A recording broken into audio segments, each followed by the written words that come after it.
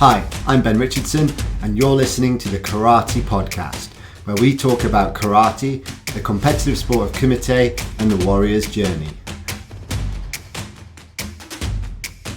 Brought to you in association with Kumite Coach, the world's first progressive online high-definition coaching platform, created by coaches and fighters for coaches, fighters, and students of karate.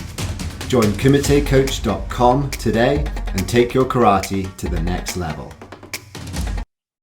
Okay, guys, welcome to another episode of the Karate Podcast. I'm super excited to have on the cast today, Robert Camp. Rob is a third Dan in Wadaroo. He is a multiple English and British Kumite champion in the EKF. He's represented the EKF national team at junior and cadet levels. He is a WIKF World and European champion, and for a number of years he dominated WUKF in Kumite before returning to WKF rules at the infamous Karate 10K Clash back in 2019. Rob's also competed in professional full contact karate, and we're going to get more into that in the podcast. He is currently 2-0 in boxing with a third fight booked for September this year. Alongside his goal for transitioning into MMA, Rob will also make a sneaky appearance at the EKF Nationals this year. And Rob's running successful karate schools over in Essex and training hard for the future to come. So Rob, thanks so much for being on the podcast today. Hats off to you. That was quite a mouthful. So I'm getting better. Awesome. There's some amazing accolades in there straight off the bat. So like always, Rob, where did karate start for you, or where did martial arts start for you? So truly, I think I've got to thank my dad. He was into Kung Fu, Lao Ga, and I believe my dad's uncle, who's sadly no longer with us. He was actually the Sifu. I believe that's their term, isn't it, for Kung Fu? Yeah, that's right, yeah.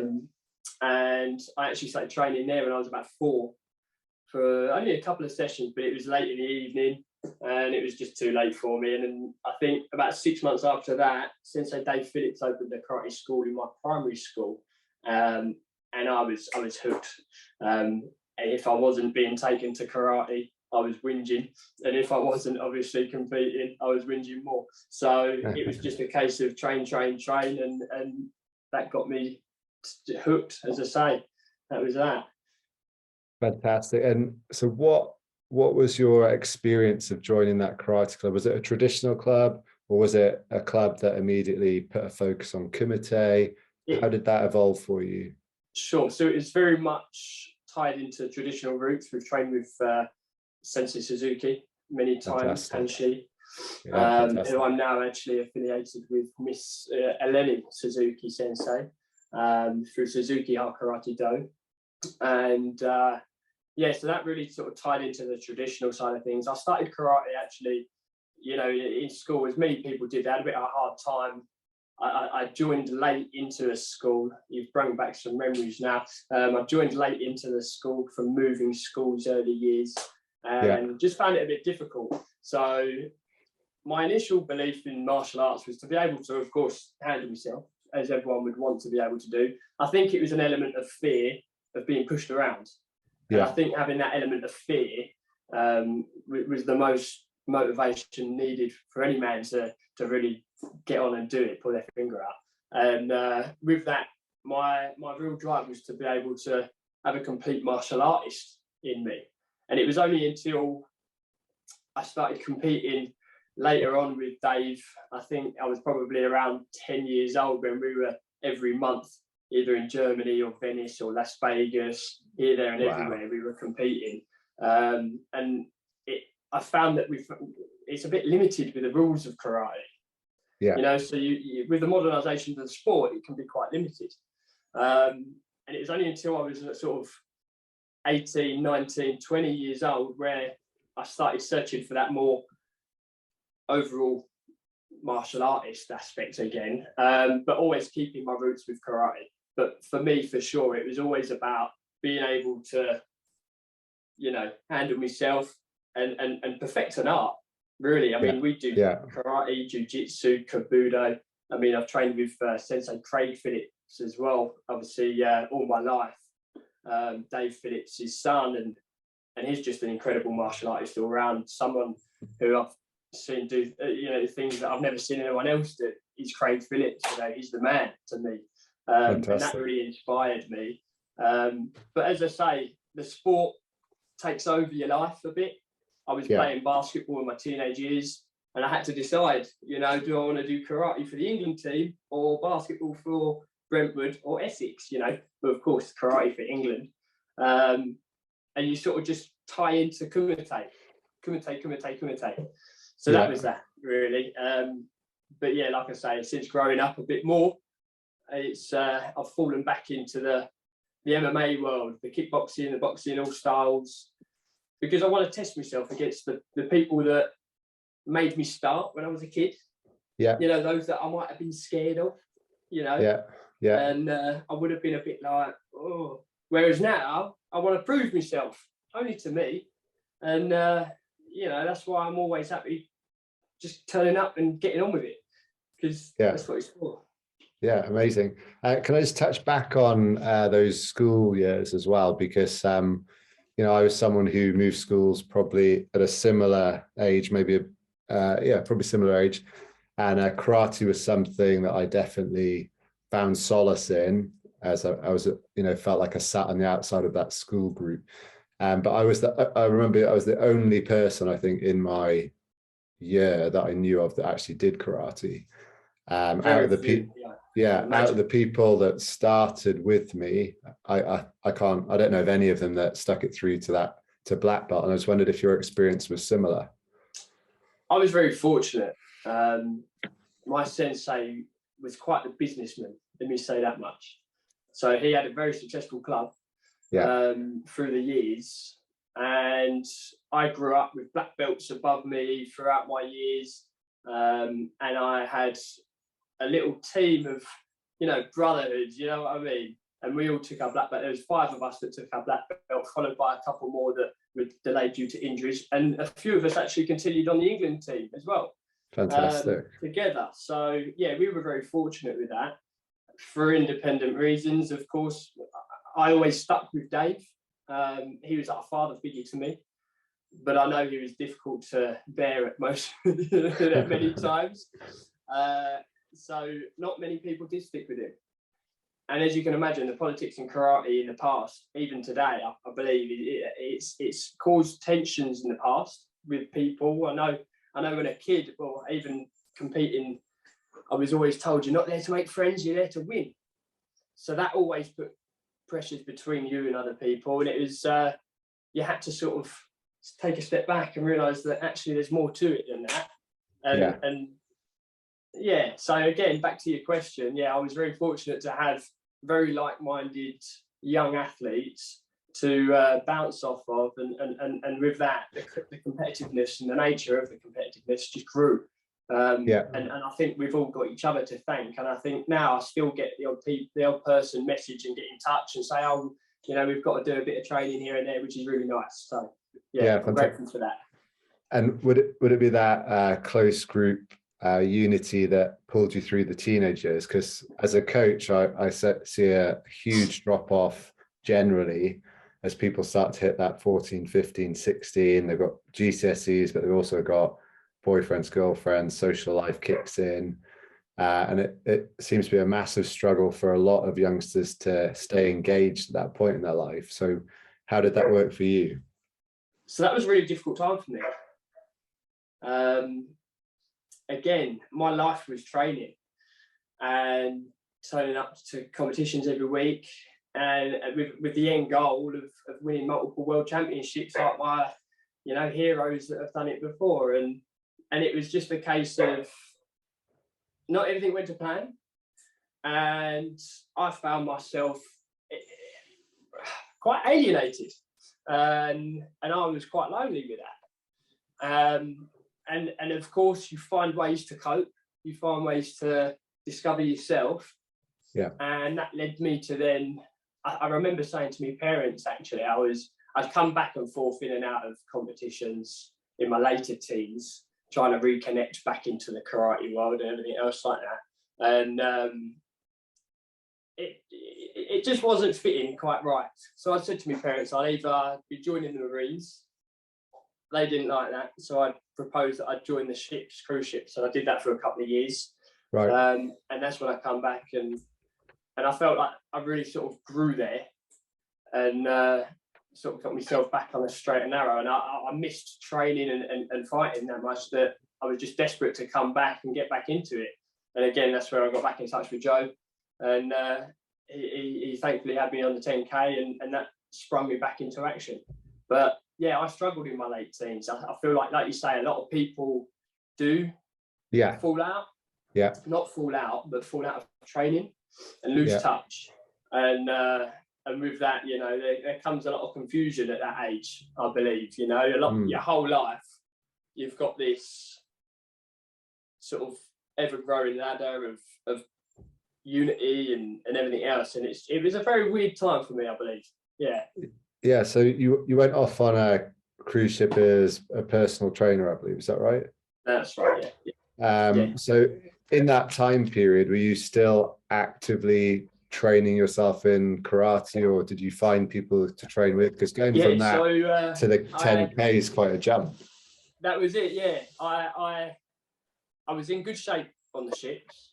Obviously, I was doing endless classes all day. I mean, it was manic. You know, you're working hard and training, and with that, I had endless food, so I was in good shape. I was healthy.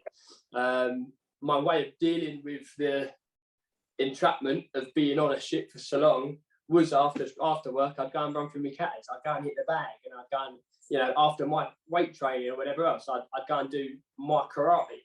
Yeah. And with that, you find the odd martial artist, you know, that would come and do a bit of training with you. But no one would quite get it like a karateka. So you have to do that a little bit on your own, which I'm sure a lot of karateka will understand. But it was just the case that it was always my dream to do the events like the 10K. I remember, again, Dave Williams, one of Dave Phillips' students back in the day. He was a former England fighter. He did the 10K, and we all watched him. I think I was 10 or 12 years old. I was young. And I was just in awe of it. You know, it's in, you know, the golden age, you know, when everyone was just bossing it back then. And karate was strong. And then obviously it got discontinued, and knowing it come back and I was overseas, I was like, I'm missing out. I've got to get involved in this. So yeah, arguably I wasn't fighting fit, but I've never turned away from a challenge. I'm not worried about that. You know, I find with success, you've got to fail, as everyone knows. And it's an eye-opener. I've got to say, these boys that have been training day in, day out, they're utter athletes. And it was a complete eye-opener to think, there's me training on my own, loving life, you know. But you've got to be in the game. And I think Greg Francis said it well on the commentary. You know, it wouldn't take me long to really get back into the flow of things. Looking at the fight that was then, but it was good. Fantastic. And so what you said you were fighting all over, you know, Europe from sort of 10 years old. So that's early days for a lot of people to maybe even younger, even younger than that. Then like Dave had us in everything. Absolutely everything. It's funny, we had a school fete demonstration on the weekend for my club, and me and my girlfriend were looking through all my boxes of trophies to put on a display, obviously, for the sign-up sheet or whatever. It's mad, the amount of places that you go to, you know, and that's what I want to provide to the younger generations, that, you know, that was the best childhood in my eyes, and that was down to my karate. And really, that's what I want to give everyone. I want, well, at least the opportunity to take it. So that's my inspiration, or my drive for teaching as well. You know, it's all tied in. I think, as long as everything ties in, it works. And with the karate, the competing, the personal training, the MMA, the boxing, it all ties in. Yeah, I get that. That's really fantastic. And what I wanted to expand upon there was, because you were so young, was there ever a point where you had to make a decision you wanted to be a fighter, or was it just a natural progression of your environment and what you were involved with? It worries me, like, to think that I don't. I just, it's all I ever known doing. I remember trying to playing football in the winter as a 4 or 5 year old in a football club. And I was reluctant. What a silly thing! What a silly idea! Playing an outdoor sport in the cold. You know what I mean? So I started karate again, and it was a case of that was all I ever knew. And I just rolled with it. And like I say, it really does. Sometimes I think, I wonder where I would be without it. I wouldn't know. I just wouldn't know. Yeah, it's a scary prospect to think of a world without karate, I think. Very interesting. Yeah, it'd be different. That'd be for sure. So Rob, you've mentioned Dave Phillips as one of your big inspirations and someone who guided you through your career. Was it purely Dave and his son Craig, or were there other people involved that have helped you? Definitely not. I mean, as I say, it'd be wrong to say that only I couldn't count on my hands how many people influenced me, you know. Obviously, Dave and Craig brought me up through the years. I'm still close with Craig now. Of course, Dave passed away just Christmas just been, which is still very raw.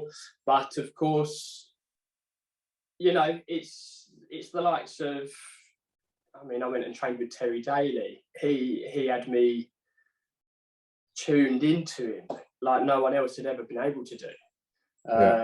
Greg Francis, you know, he had me remembering that we are right to be fighters first and scoring points second. I had the likes of Wayne Otto, that was just an absolute legend. You know, we were travelling up to Birmingham every Wednesday, and I was just trying to perfect his sweeps. I was in awe of him. You know, Ian Cole, all these people, Tony Gray, you know, everyone, I think, collectively sends such an influence. And I can't really pinpoint who and where. Even the likes of Dean Lowe, I trained with him, obviously through my teenage years as well, with Rachie, whilst we were connected with Terry Daly. You know, this is where I start to think, oh, am I missing someone really obvious out? You'll always miss someone. I'm going to miss someone. Yeah, exactly. So, you know, I really couldn't count on it. I don't know. I'd need a few hands. Yeah. That's great that you've been able to experience that depth of coaching as well to help you through your career. One of the things you mentioned to me before the podcast or chatting was you've got a desire to kind of prove the value of karate, or prove that karate still works. And obviously back in the day, karate was the thing. There wasn't much else around. There was judo, there's karate, but skip forward 15 years, 20 years maybe now, we've had the introduction of MMA, lots of different striking arts come into the UK and grown more popular. Brazilian Jiu-Jitsu is huge, and karate has taken a lot of flack in the past. I think with some of the fighters in the UFC, that's helped a lot, putting karate's case forward. But I was just really interested in how you saw things and talk around some of your goals for that.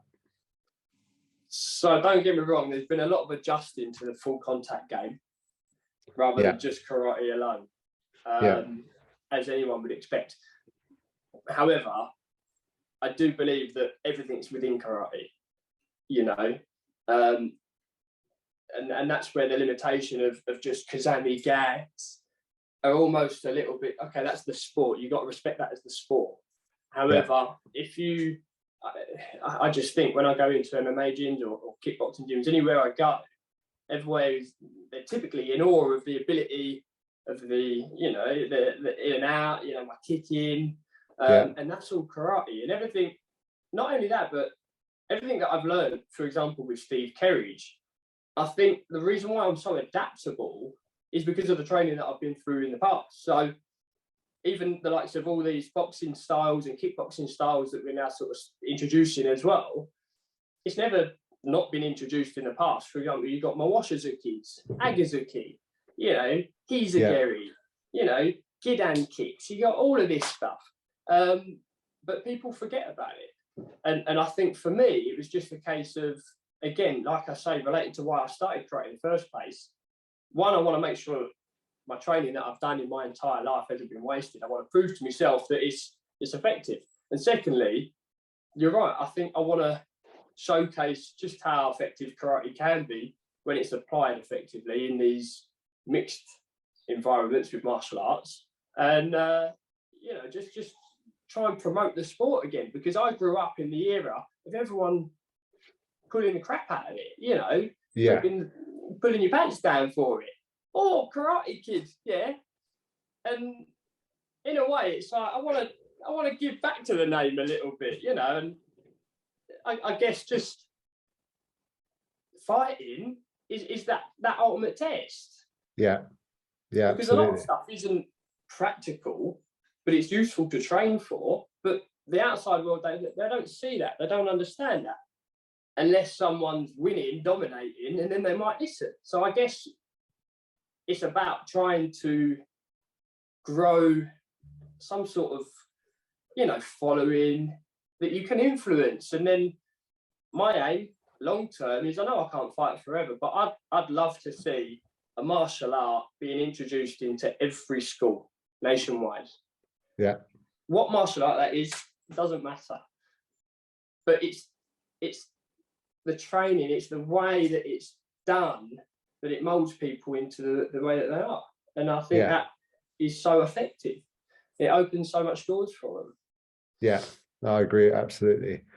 If we just stay on the sort of effectiveness of karate, I guess, let's talk a little bit about your experience in full contact karate, because that's probably something that very few people have experienced, and probably something that very few people understand. What is it exactly? How does it differ from the point system? Could you just explain that for us? Sure. So, many people have seen it.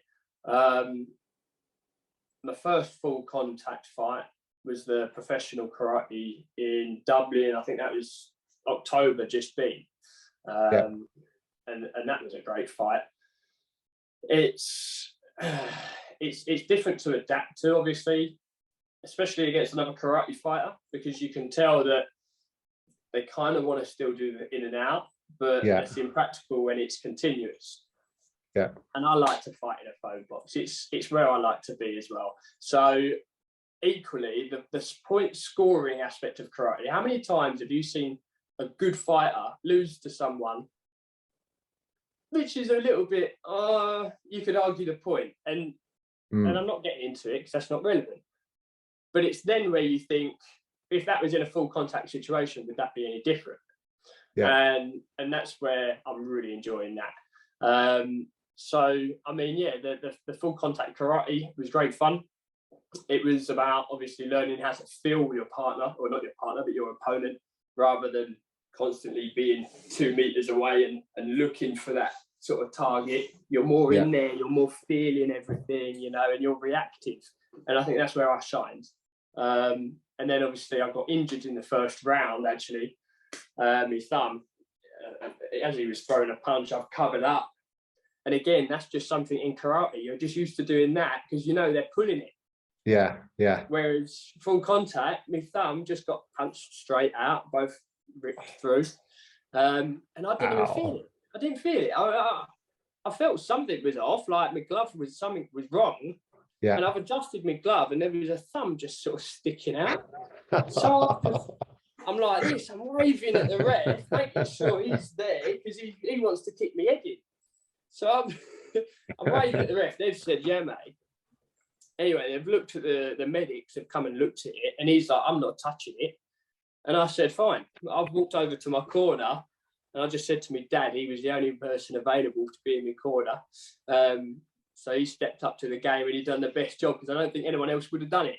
So it's a good thing that he was there. He just, the first time he tried pressing it, and I was like, no, pull it. He pulled it, and it was just straight back in. Wow. And I'm ready on the line, back in. And the refs are like, are you sure you're ready? Yeah, it's fine. I can move it, it's fine.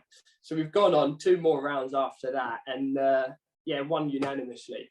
And he come out the blocks. This was what I wasn't expecting. This was the wake-up call that I needed, actually. The first 10 seconds, Gerard knew what I was about. He knew I was a fighter and a point scorer second. So he wanted to take me out the blocks. He wanted to just come out. Bah, bah, bah, bah, bah, bah. Well, anyway, I've guided up, held it for about 10 seconds, let him burn out his energy. And then I've just gone right back to what I knew. 1, 2, treble steps through 3, and I've dropped him. So again, the first thing I do was one of my favourite moves in karate, sport karate, and I've dropped him. Yeah. The adjustment is then, don't just, wake up, get on him. Yeah. Put him out, So that was good. The boxing, the reason why we started getting it so tied into the boxing was from the thumb, I was waiting surgery. And I've never not trained, to be honest. And I found that with the boxing gloves, I wasn't getting much pain. With that, eventually, the surgeon, before we had the surgery, said, hold on, nature's taking its course. You're not going to need surgery. Wow. So I was all right with that. And thankfully, with the wraps and with the big boxing gloves, we didn't have any issues. Next thing, Steve's got us a fight. I had my first IBA bout in Circus Tavern Grays in Essex. Many people have seen many shows there. So it was a pleasure to be there. And it was a great environment. I loved it. Yeah. Bit of an adjustment because, again, couldn't kick. And I know when I've been training, I've occasionally tried pulling the front leg. And I know, no, I can't do that. So the boxing's, you got to adjust there. But again, it's about being disciplined. And that's what karate's always given you. It's giving you the ability to adapt, like we said before. So the first boxing bout, we got a second round TKO after 3 knockdowns. And then the recent fight we just had, I had a unanimous decision. Fantastic. And won again. So it's going well, and we're looking on to the next. And were you boxing as part of your training and development for the full contact karate? Or did that, Everything was tied in. The reason why I the reason why I was open to doing the WUKEF professional karate back in October last year, I believe it was really to showcase what I was about, because I wanted to get involved in the karate combat. And I've been in talks with people regarding karate combat. And, again, because of the injury, we were put back. I was hoping to have got involved sooner. And I'm hoping that the door's still open. But after doing the first couple of fights, I want to go in there top of my game. I really want to go in there. And that's not in doubt. That's, again, realisation that I've got so much more to do, so much more to give. But I think that's the same with everyone. When you just step up and do it, you're ready anyway. Yeah. And I'm fighting fit. I could walk in tomorrow and fight. And I would, happily. I've only ever got annoyed with myself if I've not put on the display of what I've been training, i.e., I've not performed the way I wanted to. Win or loss, it doesn't matter. I want to perform the way that I was intending to perform. Yeah. And that's what I hope to do. And I really want to be on the top of the game to do something like karate combat. Yeah. So that's quite interesting that you mentioned that about that, being on top of your game versus the win or loss. Because I think a lot of competitors, particularly the less experienced ones, they put a huge onus on having to do something, have to get through this round, or have to win a medal, or have to place, etc. But it sounds like that, you've worked out that the most important thing is stuff within your control. What advice could you give competitors based on your own experience? Advice that I'd give, you have to feel it. It has to be you. no one's going to fight for you. I think that's the only advice anyone can give anyone. Of course, you can teach and you can demonstrate and you can influence, but it's got to be down to you. You've got to make it your own. And with that, that's down to dedication. That's down to repetition over and over and over and over again. And then experimenting, put it into practice. Like I say, my first fight, it was a case of, this is me. And if you look at my first fight, it was a brawl. It was brilliant. I loved it. I love watching it back. I can't get enough of it. Yeah. The second fight, right, I've got to try and be a boxer now. I've got to show that I can use my hands. And I know that when I was doing the MMA stuff with MMA guys, that was where they knew that I was at a disadvantage because it was unique. It was different to me. So I wanted them away. I wanted a side kick and I wanted them a wash. And I wanted to do a spinning back kick and all that sort of stuff. After coming back to the training in the MMA gyms from doing the last 2 boxing bouts, you can tell straight away how much better my boxing's got. So again, I know that's where I need to be working. Work on your weaknesses. Your strengths will always continue to grow, hopefully. But if you work on your weaknesses, a couple of months down the line, you'll look back at it and go, hold on a minute, I've really come up. But for me, it's about the performance. And this is where my team was quite frustrated with me last time, because I come off my last win as if I'd lost, because it wasn't how I'd imagined the fight going. Yeah. Okay, you sound like you've lost. What are you talking about? You won. Everyone, the whole club, we had 6 fighters fighting on that show, Essex Kickboxing Academy with Steve Kerridge, and all 6 of us won our fights. But I wasn't happy initially. I'm happy now I've watched it back, because I was a bit harsh on myself. But I felt like he was on the back foot a lot, so I couldn't do, the combos and the grounded settling stuff that I'd been working on. And I had to resort back to my karate chasing, chase it. Yeah. And I was a bit like, but it weren't what I wanted to do. So again, for me, it's not always necessarily about the win, because you can't always control that. But like you said, what you can control is your performance. And with that, learn from it. What are you going to do next time? And every fight I've done, it's been completely different. And I think that's what it's about. It's about getting that experience and putting it to the test. And that's what being a martial artist is about in my eyes. Yeah. And with your experience in those competitions, that's what's leading you to make changes in your training, I presume. And therefore, at what point do you decide, right, I need to find a new coach or someone else within my coaching group that can, give me that insight? It's a really hard question, because you get really close to these coaches, don't you? Yeah. And naturally, I guess it just things happen over a course of time naturally. You never intend on searching for someone new, do you? Like I say, I've found myself in a position where I'm really, I believe, as a fighter at the moment, and I've not had that in years. Yeah. For my whole teenage years up until the last couple of years, I've been completely solo. Had to be, I've built everything up from scratch for me, and I've done it on my own. But now, like I say, it's nice. It's a breath of fresh air having someone, looking out for you. Yeah. And kudos to my coaches. So, yeah, I don't intend on finding out, to be honest with you. But you can always take someone from someone else. Like I say, I've got loads of different coaches that I go to for different reasons. And that might be because of weapons, that might be because of jiu-jitsu, or like I say, kickboxing, karate. Yeah. But effectively, it's about sparring and getting in there and putting things to practice. Yeah, absolutely. So with regard, you've obviously competed in a number of disciplines within striking to date. In terms of your thoughts and feelings on the day of a fight, does that vary with the competition, or do you have a kind of a set approach to how you deal with that day of competition? Well, I know if I'm not nervous, I'm not ready. Yeah. Because I find that that's a fuel. However, it can also drain you.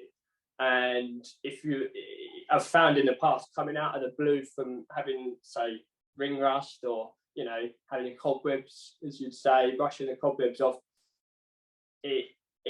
that energy can be taken from you like that. And that's where you need that consistent mat time. That's where you need to be competing week in, week out. And that's what I'd like to have back involved, you know, be back involved in. But it's trying to do it all, isn't it? You know, it's trying to keep to your roots. It's trying to pursue others. And it's trying to set up opportunities for your students as well.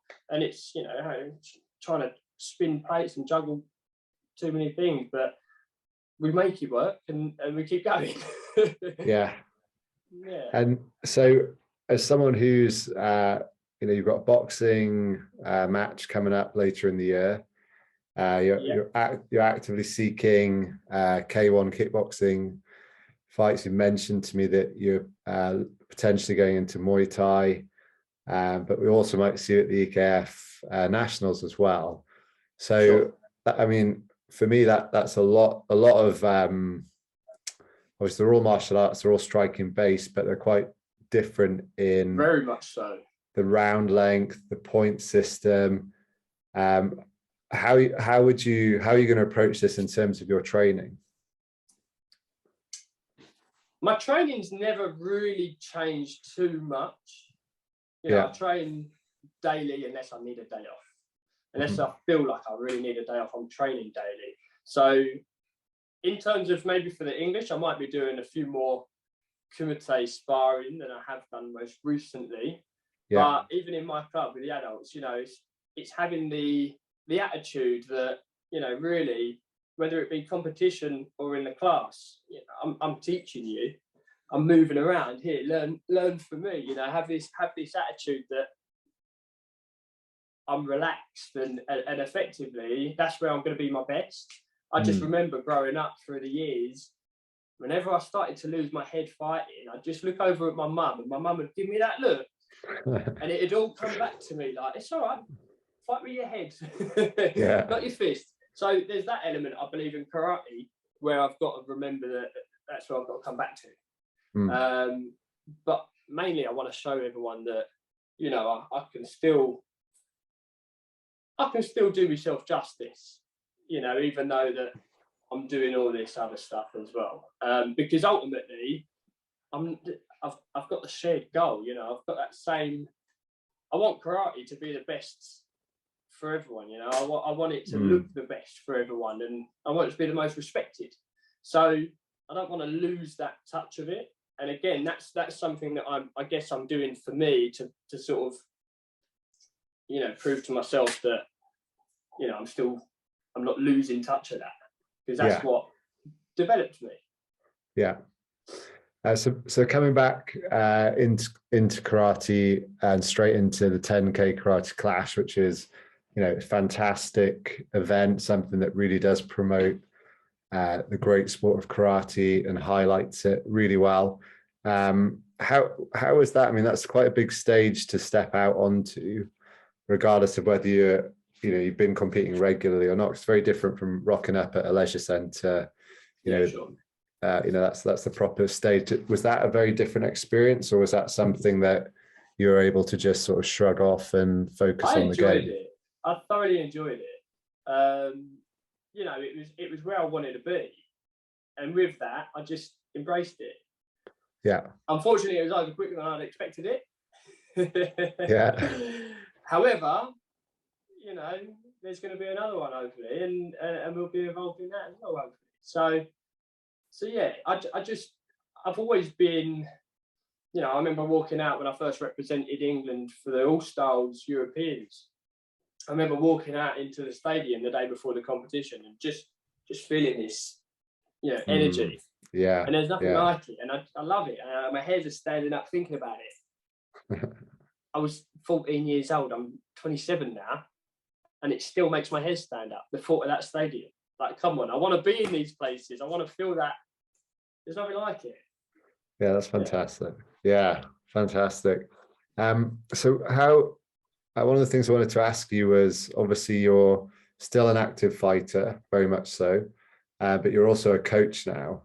How do you feel that has influenced your goals or changed the way you approach your karate?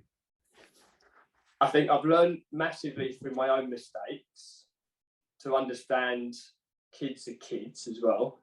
Yeah. I've learned massively through my senseis coaching and say areas that could have been improved on over the years. So I'm constantly learning in that sense. I find new lessons in every new student I teach, and that changes me daily. There's nothing like it. It's the best job in the world for me, possibly, to think of, and it has changed massively, like I say. But yeah, I don't know. Trying to put a finger on it, you'll have to elaborate on what you want to find out, I guess. I guess as you know, when you're purely a competitor, you can be very selfish and just focus on your needs, how you want to use your time and to prepare for competition. But obviously, when you're coaching people, you're going to have to focus some of that time to other people. If you're both at the same competitions, for example, that can be a different scenario. If your junior competitors in particular are saying, sensei, I need this help, I need this focus, and at the same time you're looking to kind of like I need to get my mind in the game and get ready. So have you experienced, or have you dealt with those experiences? Yeah, so thanks for obviously elaborating on that. And I growing up, we was always used to coaching, the younger ones anyway, so that I've always had experience in that. However, the club that I've made, it's only been since I returned end of 2018, 2019 is when I started it, and then we had COVID. So we haven't had much exposure to competition. We did do a competition with Dave's club as like a little local. And I remember I was fighting, but as were my students as well. I had maybe a handful of students, only a few little mid-grades and whatever. I'd never been as nervous in my life. It was a little hall in Hadley that I'd trained at for years. But because my students were there, one, I needed to perform, and I think that was probably the best I'd ever performed. You look at the videos, It was awesome. My performance was awesome. And two, it was more about I need to be on form for them. I need to be where they need me, because that's their first time doing it. And I was massively, almost protective of making sure that, and I guess that's just every coach has to adapt to. Looking forward to having more exposure to competitions. So yeah, I'm just trying to get my club out there a bit now. So that we're still at the real early stages. Yeah. As a club and coaching on a competitive level. So I'm yet to experience all the floods of emotions, I'm sure. I'll fill you in. Awesome. I look forward to it. So last question, if I may, Rob. Ideally, what does the future hold for you? Again, I think as I've grown, I want to pursue into the full contact side of the world, and I want to win a world title. And what organisation that's in, I don't care. I just want to fight, and I want to be the best. And if that then means I can be the best at multiple things, then hell, I'm going to go for it. Fantastic. In terms of future, I think I've got to focus on the business as well. Yeah.